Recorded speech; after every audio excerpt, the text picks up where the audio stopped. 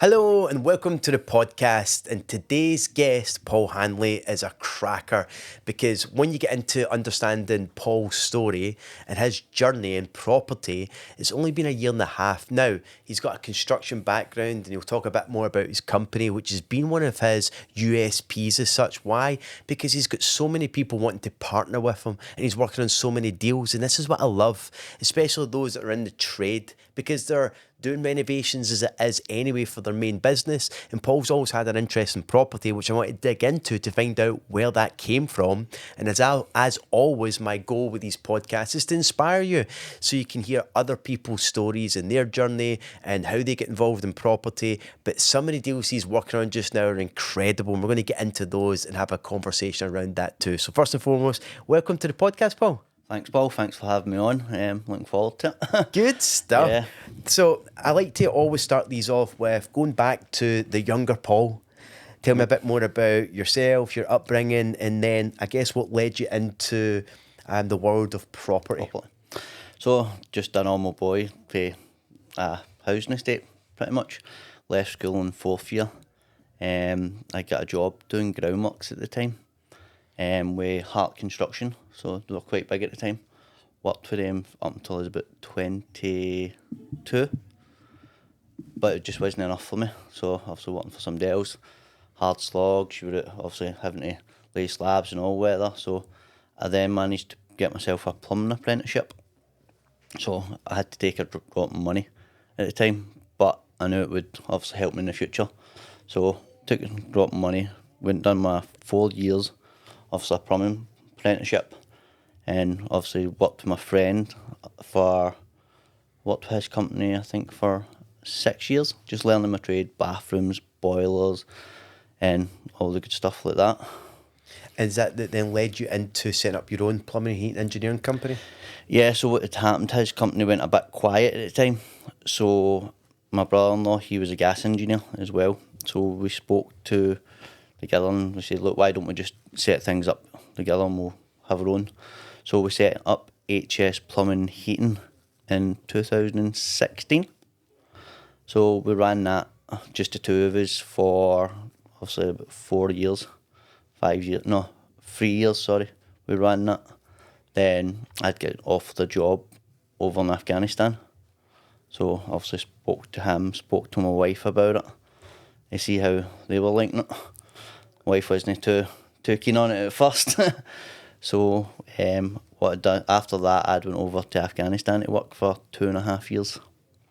Tell me a bit more about that. We can't have you on a podcast and talk about going to Afghanistan without finding out about your experience there and everything else. Of course, the appeal, I guess, for many is the increase in the income, the salary you can have. Of course, there's the knock-on sacrifice. Of course, you just said there about your wife and time away.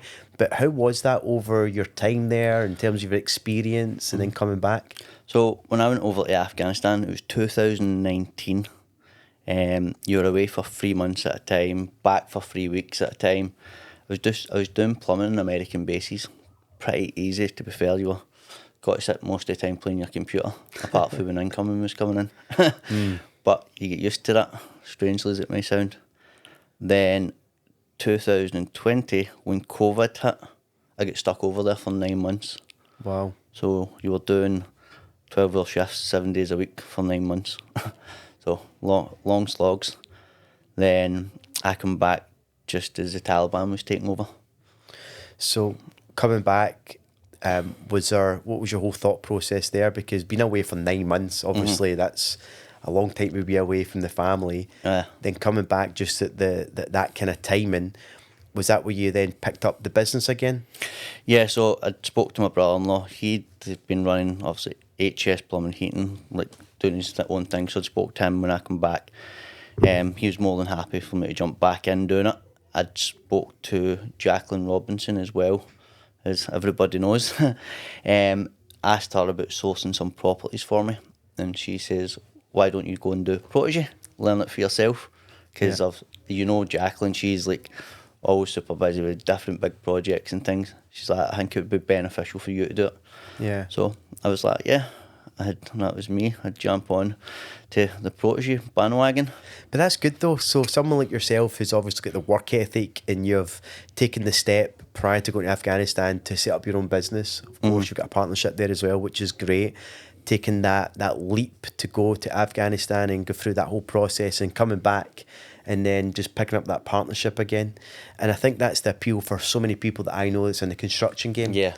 Is that when they've got, and even though that was a plumbing and heating business, it's not limited to that, because over the last, couple of years, it's grown into multi-trade, I guess. Yeah. You know? So what happened is we'd done we'd done a few flips for other property developers and things as well. So at this time it was me, my brother-in-law, my other brother-in-law, and his wee brother. So what we'd decide to do when I'd done Protégé, we decided to start up the Indigo Properties. Mm-hmm. But everybody who was part of HS Plumbing and Heating at the time, because we all had different trades, all became as one. So everybody had a fair share of Indigo Properties. Right, okay. At the time. I think it's great because, not only when someone's in the trade and they're doing work for other developers, like you've said there, you see the money that's getting made. Yeah. And let's be honest here, the developer themselves is the one that's not doing anything, Yeah. right? They're the one that's going out there sourcing and finding a deal. And then the construction guys or the trade guys come in and turn it around. Yeah. And you guys are clearly good at that. And that's evident because you've got that experience. And I think that's why when you came on board in Protégé, you've been able to partner with so many people. Yeah. Because I guess, and you can let me know your thoughts, but with Protégé, you learn a number of different strategies, which gives a different ways of actually doing deals, but more importantly, having the partnerships of people you can joint venture with and do a lot more deals. Before we get into that though, because I want to definitely talk about some of the deals, what was your experience coming along to Protégé? Because of course you've got the background in terms of, the trade, but did you have any preconceived ideas and what was it like? So Protégé, it's mind-blowing, to be fair. Like, there's so many different things that, like, everybody thinks that, I know this and I know that, but like, when you come along to Protégé, it teaches you a whole load of new stuff. You're just like, wow, didn't know I could do that, didn't know that could be possible. Like, for instance, didn't know you could buy all these houses without using any of your own money. Yeah. So, yeah, it was pretty great, to be fair. It's amazing for people who's in the construction game, because as part of someone's power team, as I always stress this, you've got to have a power team. You know, the power of being able to do a lot more is to leverage other people's time and other people's money. And in the power team, the most important person, and when it comes to doing a refurb or even just a simple renovation, is your builder. Yeah. And this is why, and it's obviously been evident for yourself, when you've got those construction teams that you can work with, those builders that have got the trades that can project manage it, they become an incredible asset to other developers. Yeah. And this is where you can then open yourself up to opportunities, because if you're able to joint venture with someone and maybe they don't have the skill set or the understanding of how to deal with builders or even get any trade, and it's the anxiety that kicks in with, well, what if they overprice it, or what if something goes wrong, or rogue builders and take advantage of me, like all of that happens. Yeah. But the difference is that you're partnering with people, taking them along on a journey as well, so they're learning through that process. But more importantly, it's been beneficial for you, because of course your construction company makes money, but you make the profits as a developer and partner with people who want to put that money in and learn as well. Yeah. As I say, also, the construction company turned from like a two-man bandwagon. Now I've got like plumbing, gas engineers, tailors, painters. So we bring in like sparks that we work closely with all the time as well, and we've got our own structural team as well. So yeah, things seem to just build on and things add. Yeah, no, it's great to see what that evolution has been. Yeah. You know? So you came along to Protégé, got your mind blown away, seen all the kind of different strategies and things. What was your next steps from there to then secure your first deal, I suppose? So the next step was I finished Protégé, and I think it was like August 2022. And again, when you leave Protégé, it's like, need to do this, need to do that. It's like you set up lots of things, and I'd get a deal brought up to me from in Aberdeen at the time. So we're going to flip it. The numbers were great on it. The house was like 120. It was worth 120 home report. We got it at 86, and once we done 20 grand renovation, it was going to be worth like 135. So the plan is, send the team up there, we'll flip it, good to go, sent the team up, done all the renovations on it. Then when we refinanced it, we could pull all the money that we put back into it. So we could pull all that out. So that then changed to, why don't we just keep it, because it's a house for nothing. Yeah, so that strategy you're talking about, and just for those that are maybe listening or watching, I've got no idea. You know, you're buying a property below market value. Yeah. You've spent the money in renovating the property to increase the value, which you can also flip and sell. But in this example, you were able to refinance up to the new value of the property, which all the money you put in, you just got that back. Yeah. And you can put that into the next project. And the best part is you keep the asset and you keep the income too. Yeah, so I think we get like a positive cash flow, like £300 a month off it. Perfect. So, yeah. So your first one was going to be a flip, but came to a buy and hold because you were able to recycle your money. Yeah. And then from there, just talk us through kind of some of the next steps that you were maybe some of the deals that are maybe a bit more notable, because I know that you're working on one of my favourite strategies, assisted sales, which is perfect for someone like yourself in the construction game. So maybe talk about that and, you know, and how some of those deals have went. So assisted sales wise, we've done two of them. Well, we're working on one just now. After we finished Aberdeen, we had come back, and it was a house that had been laying empty for 2 years. So boy didn't stay there anymore. He'd moved back through to Cumbernauld. So we went in, obviously. We went in and I've spoke to him obviously about the renovation costs and things, and how much would it be for us to buy it. There wasn't enough in it for us to buy and sell with additional dwelling tax and things. But we then spoke to him about the assisted sale strategy. Well, we'll go in, obviously he'll get what he was looking for. We'll go in, renovate it and resell it. So with that, we went in, ripped everything out, like back to bare brick, new kitchen in, new bathroom, new electrics, new boilers, new flooring all the way through, and got all that up to standards and looking great. So that went on the market 2 weeks ago and sold like last week. Okay, so on the market, you sold it because, again, the level of finish that you put into it's going to get a lot more desirability in terms of people wanting to potentially buy that. So how much do you spend on the refurb? So on that refurb, we spent 28 grand. 28 grand. And in terms of it selling, what you're looking at in terms of profits? Profit-wise, we'll be looking at 15. 15? Aye. So the crazy thing about this is that you're putting in the best part of 30k to make 15 grand, which for simple maths here is a 50% cash on cash return. You know, it's actually more because, you know, the reality is with the funds that you've been able to put in, you've used joint venture finance. Was that what you did with that one? So from your point of view, your cash on cash returns infinite, you know, you've been able to leverage. And the good thing is your partner, no doubt there, wants to do another deal with you. Yeah. So again, I used people in Protege. I work with, that's pretty much everybody I work with. Who's it you don't work with in that group, you know? It's brilliant. No, I was speaking about that the other day. So on that project, I was working with Kashif. So we're down, he got to see how that worked, and obviously we went through the build costs and things with him, and he just got to see how the renovation things worked. So once that money's back, he's ready to go again. Love it. So again, for assisted sales, you mentioned this just again because some people might be watching or listening and going, what's this assisted sale thing? You spoke about a property that just never had the profits if you had to go buy the property, because you've got the legals, you've got the stamp duty, additional dwelling supplement, you've got to hold it for a period of time, put it back on the market and everything else. An assisted sale just speeds up the whole process, and really only money it's required is the renovation costs. And because of that, you save a lot in the acquisition, turn it around a lot quicker, and it becomes advantageous for the seller, because sometimes the seller is not able to sell the property or not be able to get a deal done unless they take a big discount.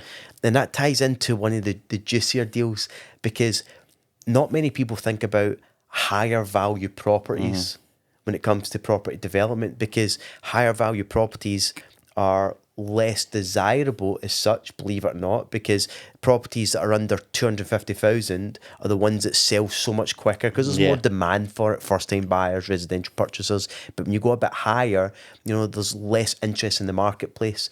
It doesn't mean there isn't, but there's just less, especially for a developer. But when you see an opportunity like the one that you guys have secured, walk us through that, because a lot of people wouldn't have even seen that as an opportunity in the first place. But as an assisted sale, it works all day long. Yeah. So it was Belinda Lynch, another protege member. So she'd actually found it through one of the estate agent friends, and she obviously thought it was like just too big a project for buying it. So she asked me would an assisted sale work, because I'd done them, I'd explained them things to her before. So we'd went and had a look at it, and we'd spoke to the estate agent. The estate agent had told us like the house current market value is 500 grand. The house next to it went on sale, sold for 550, but because this house needed a lot of work done, it just sat in the market. So this time of the woman had lost her job and things through COVID, so wasn't able to pay her mortgage, and she was like 30 grand worth in debt to arrears with the bank. So the bank had put on what you call a calling up notice, which gives them a certain time to either pay it or leave. So the estate agent had been telling us this, and I'd said to the estate agent, look, we wouldn't be able to buy it because it's not viable, but we would be able to use another strategy, which is assisted sale. So the woman had this house on for, she'd lowered it down to 400 grand, still wasn't selling. So I said to the estate agent, look, what we'll do is we'd be able to offer 440 grand, so 40 grand more than what she was getting. We'll do all the renovation work, give the property back to you, and you sell it for the new value. And what that also lets us do in the meantime is clear the woman's arrears and obviously get her a bit stress-free, so she doesn't have to worry about losing her home. So with that, the renovation work on it works out at like 45 grand, because we're putting a new roof on it, we're doing rewiring, putting new flooring throughout, all the way through the house, like doing anthracite doors, skirtings, a nice greyish, and obviously just freshening the house up nice and white. Do you know what I love about that there? Is that this is where there's this misconception that property investors, developers take advantage of people. Yeah. And this is a perfect example of what I see time after time within the protege community, with what we teach and how we educate people about providing solutions. Because here's someone that can't sell their home. Yeah. And this is like a story that repeats itself so often. Yeah. And not only that, finds herself, unfortunately, in arrears. Yeah. Who else is going to step in, cover their arrears, to take that stress of potentially losing their home and the knock-on effect of what that will do for a credit and, you know, ability to get a mortgage again in the future, you know, and just to give her peace of mind. Yeah. So being able to provide that solution where you can work with them and then get that property to the standard of the neighbour's house, that you know that it's going to sell, and it's still, of course, you're going to make a profit. Of course, I mean, that's the point. Yeah. You know, if she had other options, she would do it herself. Mm-hmm. And I find people time after time are in a similar situation where what was once their own home and their asset has become a burden for whatever reason, falling into financial difficulty, you know, lost their job, going through a messy divorce. There's many reasons why someone finds themselves in that situation. Yeah. And normally they've only got one option, or two options: just give it away and just lose everything, or two, they have to sell at a substantial discount. Yeah. But in some cases, even that's not possible. And this is why I love this strategy and how you guys have been able to come up with a different solution to be able to turn it around. Yeah, it's, as I say, it's great being actually able to help somebody as well. Obviously, it's great to make a profit, but to actually see the difference you're making and helping somebody, like, is unbelievable as well. So it gives you a two benefits. Yeah, for sure. Mm-hmm. And how do you find it with your JV partners? Because I know you've done other JVs, other partners that you're working different projects with as well. But how do you normally find it, in the sense of, because people get a bit of apprehension around joint ventures and everything else, but anytime I hear about anybody who's working with you, they've got nothing but nice things to say, which is great. Yeah, like I love joint ventures. Like it's the fastest way to get anywhere. Like when you're first out of protege or renting, it's like you can speed things up so much faster. Yeah. And as I say, it's great. It's just all about, you need to have clear communication. Yeah. So it has to be like, either you schedule like once a month, like updates, or like you come on the projects, But what I try to do when I'm JVing as well is take them through the steps as we're going. Yeah. So I'm doing another JV in Larbert. It's with Ronan and Belinda again. But what we're doing there, we're getting planning, building warrants and things. So it's taking them through that process and showing them, look, this is what you do at this stage. We've got Howden's coming in next week to design the kitchen. Come on out, so you can see how that goes. So it's just about clear communication. If you can teach them some stuff as well, it's brilliant. Yeah, one of the strategies I love, and we do talk about it at Protege, because you can do joint ventures where you can split the profits. There's different ways of structuring the deal, but it's funny how many people would much rather invest, and it's a whole earn as you learn process, because the investment return's one thing, but actually going through a project from start to finish, it does so much to someone's confidence, you know? It teaches them like just different things like they might not have known, like how to like price up flooring, like how to price up a kitchen, like how to price up per square metre of plastering. That they go through approach you, but sometimes if they've learned too much, they might forget. So doing it for themselves, sometimes it's great. It's just been a live project, isn't it? You know, that's one of the things that I loved about my own upbringing as I always joke about this as a trainee site manager, right?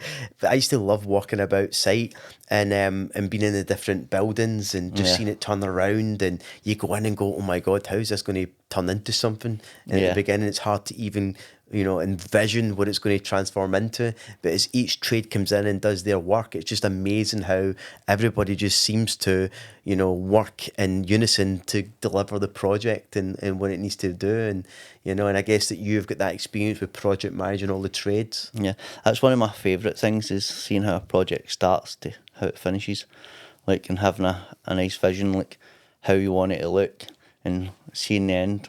So that's like one of my favourite things. It's like everybody used to watch Homes Under the Hammer, didn't they, to see how that went. So yeah.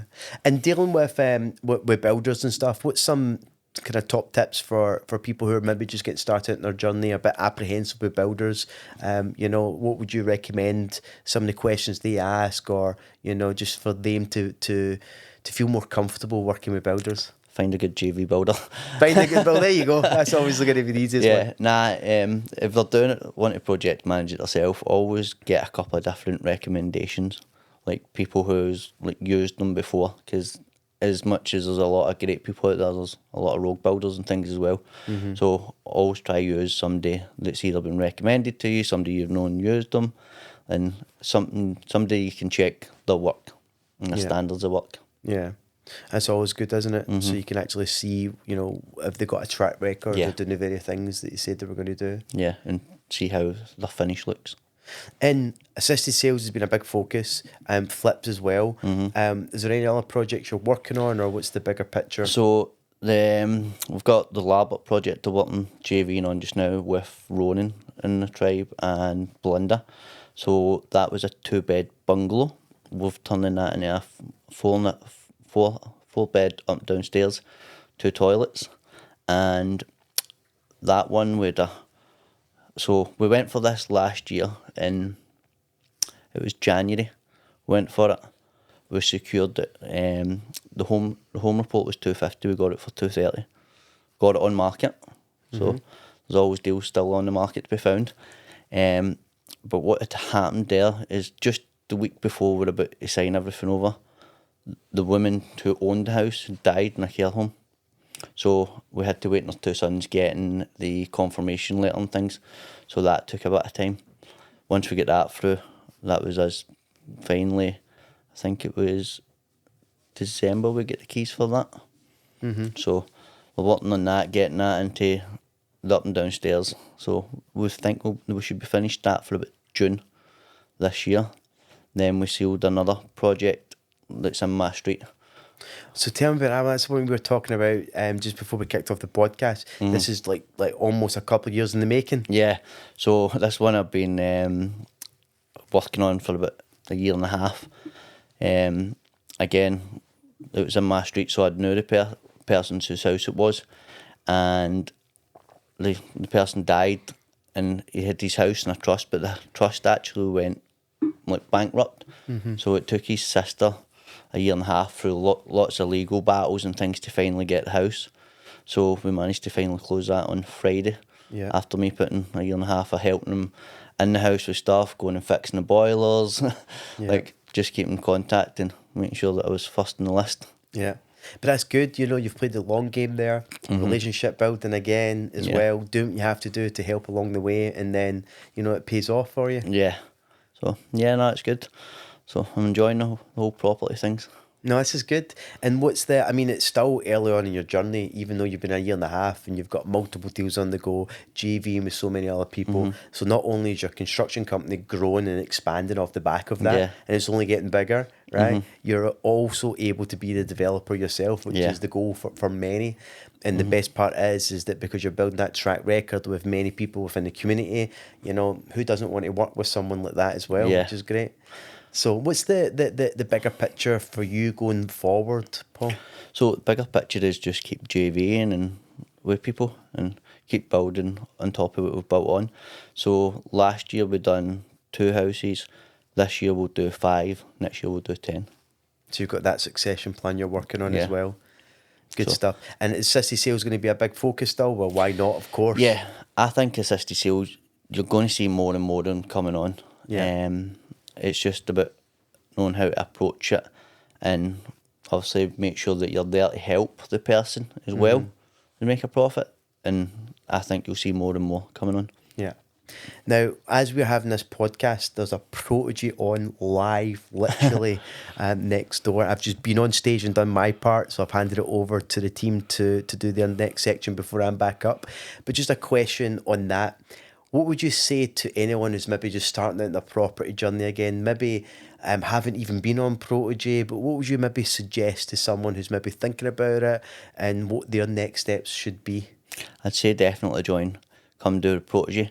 Not only just for the training, just for the support you get with the tribe. Like, there's so many different people in it through the full country. Yeah. Like, it's unbelievable the amount of people that's there to help. Like, Yeah. you become close friends with a lot of people.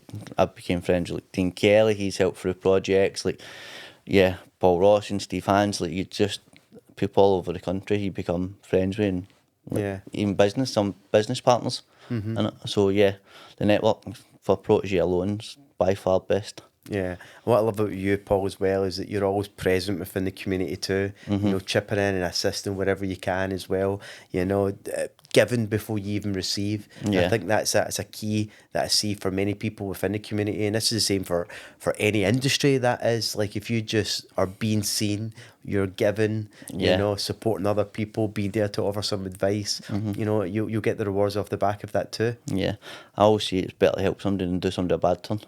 So, Absolutely. Yeah, like, help somebody and, like, they'll push on. It's always better to see somebody do well than be jealous of it. Like, always be happy for somebody that's doing well. Absolutely. And for anyone to connect with you or to reach out to you, where's the best place to get you? So I'm on LinkedIn, Paul Handley, Facebook. I'm on, there's Indigo Properties on Facebook as well, HS Plumbing Heating on Facebook as well. Good stuff.